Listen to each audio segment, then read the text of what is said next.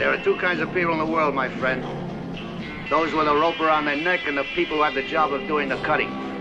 Listen, the neck at the end of the rope is mine. I run the risks. The good, the bad, and the ugly. Two can dig a lot quicker than one. I feel like the theme for Arizona athletics this year, in the words of Jameis Winston, that's a W. That's a W.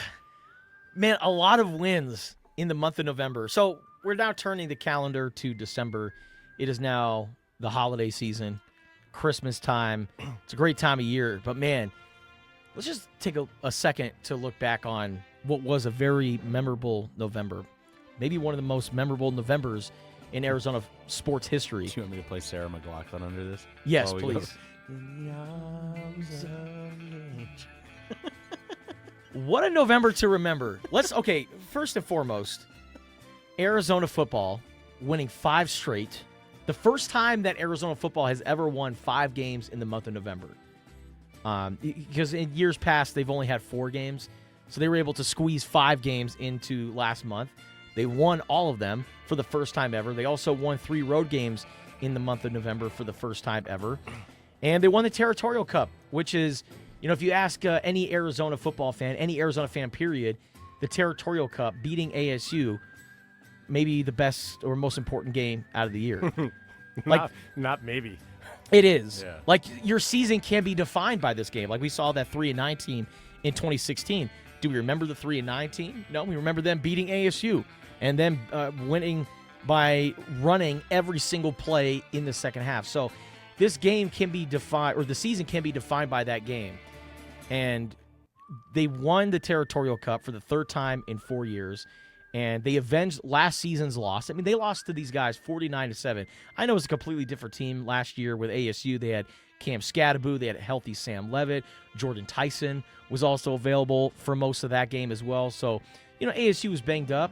Different team this year, but still a decent ASU team that was ranked going into this game.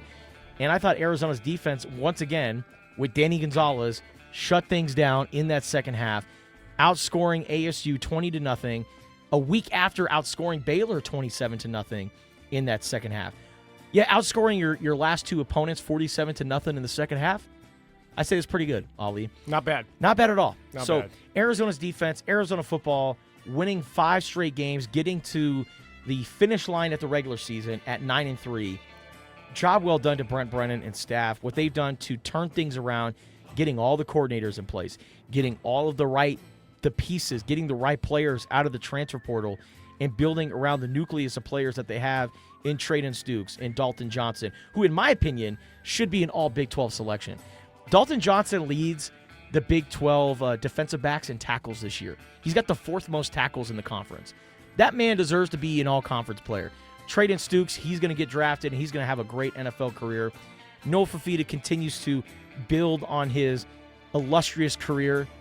I mean, the greatest quarterback of all time, in my opinion. Just a lot of great things with this Arizona football program. And then when you factor that, or when you couple that with Arizona basketball being number 2 in the country and being undefeated, Becky Burke and the women's basketball team being undefeated right now in her first season at the helm, Arizona triathlon winning a national championship for the 2nd straight season. Like Andrew said, when they won it, they won the national championship more times than they have not. And they were inducted into the Arizona Sports Hall of Fame. And then at the pro level, you've got Caleb Love dropping 26 last week. You got Tetairoa McMillan continuing to make plays for the Carolina Panthers. Another touchdown for him yesterday. I don't know if you saw that. I did. They beat the Rams. I beat the Rams. How about that? Yeah. And then Nick Folk, the ageless wonder, at 41 years old, making a game-winning field goal against the Atlanta Falcons. The last Mike Stoops-era Wildcat still playing in the NFL. Man, what a month of November for the Arizona Wildcats. Yeah, and you're missing one. This former Wildcat, Ollie Farhang, saying they're going to win 9 games. Yeah, I'm going to keep doing it. October 22nd, we put out a poll. Would you rather have over 6 wins and lose to ASU or under 6 wins and beat ASU? 60% said under 6 wins and beat ASU. So that's how important that game is. Yeah. And I think you should quote tweet that, Andrew, and just put, how about winning 9 games and beating ASU? Yeah. Just put it out there. How about the option that we did not give you? Yeah. So I think it's good. So your good is my good, man. And, I mean, it's just like melodic, sweet music coming out of your mouth. yeah. Arizona doing so well in the month of November, but that game on Friday was unbelievable because not just that we won, but the manner we won.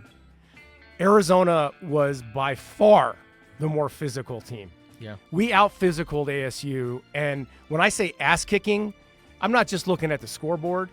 It was an ass-kicking because Arizona punched ASU in the mouth, and, man, I can't believe I just called them by their name. I will take that back. They punched the Mostardos in the mouth, and those guys curled up in the fetal position and started crying and put their pacifier in their mouth. I just love the way, the manner in which we beat the Mustards. Mm-hmm. And they try to pull out all the stops by having Cam Scattaboo as an honorary captain, Eno Benjamin, who had the clothing brand Tucson's Most Hated. They had all those guys on the sideline, and they pulled out all the stops, and Arizona took it to them on Friday night. It was to beat them in front of all those guys. And it was great for that, and it was great to see all the fans leaving in the fourth quarter. Yeah, there were some U of A chants. And there was U of A chants. Like, just good night. Good night and go home. So, I mean, just Coach Brennan, Arizona football, thank you for making it a perfect Thanksgiving for me and the Farhang family. We had we were all together. It was a beautiful weekend, and the beautifulness was punctuated with the ass-kicking that you handed to those guys up north. Yeah. Thank you. Their last touchdown, I think it was a Kedrick Risino score. I think it capped like a 16-play drive or a 12-play drive. Like, there was a very long drive that Arizona had, and they ended it with a touchdown. And Chuba Ma'ai said that he could hear there's just the crowd goes silent. You could hear a mouse piss on cotton, and then you could hear the U of A chants. It was that quiet, and then you could hear the U of A chants. That's pretty quiet, man. That's good. I'm stealing Mouses that. piss. That's great. A mouse piss on cotton. You never heard that before? Never. And what have you been waiting for? What have you been? I tweeted that like a few games ago, and then someone was like, "What, Justin? What the hell are you on right now? This is the most SEC thing you have ever said." Yeah, for real. Yeah. You're a mouse piss on cotton. Yeah. That was good, man. All right. But anyways, let's move on to the bad. Ooh, man, the bad. You can't turn a hoe into a housewife, as a podcaster said about Lane Kiffin. And this podcaster is kind of going on a victory lap right now. Is he? This guy who covers Mississippi for On3.com, he was talking about the Lane Kiffin, and he pretty much called him a hoe. And Lane Kiffin went into his press conference. It was like, "Yeah, man, are you kidding me?" No, before the game. Oh, and also before the game too. He's like, you want to talk about this? And that guy cowered, like the coward that he is. Yeah. And of course, there's always a redheaded reporter. And those damn ginger reporters. Hey, look. And then he's like now taking a victory lap because Lane Kiffin's leaving for LSU. Dude, you're a knob. You're a knob, and you just don't. That's just inappropriate. You can't turn a housewife or a hoe into a housewife or whatever it was. Why can't you have both? Anyway, but another thing too is he became the story, and and the one thing that they always teach you in journalism school is you are not the story. You're here to tell the story. You're here to report on the story, but you better not become the story. And so. Yeah, that was unfortunate to see coming out of my profession, my field in the journalism field. But I think my bad is just really not only that comment that the reporter made about Lane Kiffin. By the way, the guy talking about housewives and hoes, he looks like basically he's never had a date. What are you talking about? At least talk about from an area of expertise that you know. Mm-hmm. You've never been with a woman. You're 33 years old. Apparently, he's like, I'm 40. Yeah. He's like, I'm 40. I just have a very youthful face. I think they made a movie about that once. But that guy sucks. This Lane Kiffin timeline has been just so unfortunate. And I mean, it is a very nasty divorce right now. And It's my ugly, buddy. and It's what's wrong with this. Epitomizes. It's a microcosm of what's wrong with college football. all right, well, since it's your ugly, I'll let you do your bad, and then we'll transition. My bad is, in the words of Run DMC, not bad meaning bad, but bad meaning good. Is that So it's I really was good, Yeah, and the I ugly. was I was pleasantly happy about the civility of the Territorial Cup and no shenanigans, and the teams just went out there and they played hard, and we kicked their ass, and so that was good. And that the only fisticuffs, shenanigans, kerfuffle of the whole game was by our kicker, and I think that's funny. I think that's really funny. That the only time anybody really got into it was after our kick got blocked, and we're going to talk about the kicking game at some point. Our kicker grabbed a player from the team up north and dragged him down and basically got into it with him. So my bad on this beautiful Monday, even with the Steelers getting their butts kicked by the Bills, is that our kicker's feisty. And don't mess with Jackson Smith Medina, because he's going to... Michael Salgado Medina. Not even close. It's so funny. Yeah. Anyway, But- so that's my bad. It's bad meaning good, which is our kicker's got a little bit of fire to him, and if you're going to block his kick, he's taking somebody down. But my ugly, or excuse me, my bad is the timeline of this whole Lane Kiffin thing. So we know he's taken the job at LSU, and there's been this period of time really over the last, ever since LSU fired Brian Kelly, LSU had their sights set on Lane Kiffin, and there's been negotiations, there's been a back and forth. People from Ole Miss are like, Lane, when are you making a decision? What's going on here? I look at it from like, okay, if I'm in that position, and I have been in a position where a job offers me more money, and you're strongly considering it, and you're thinking, okay, I got to make a decision. I got to do what's best for me. Yeah. People, you have to put yourself in Lane Kiffin's shoes.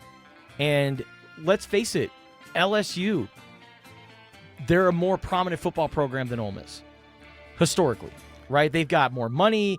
They've got the success, the tradition. It's nice to see Lane Kiffin, what he built at Ole Miss. And right now, heck, they're in the college football playoff, man.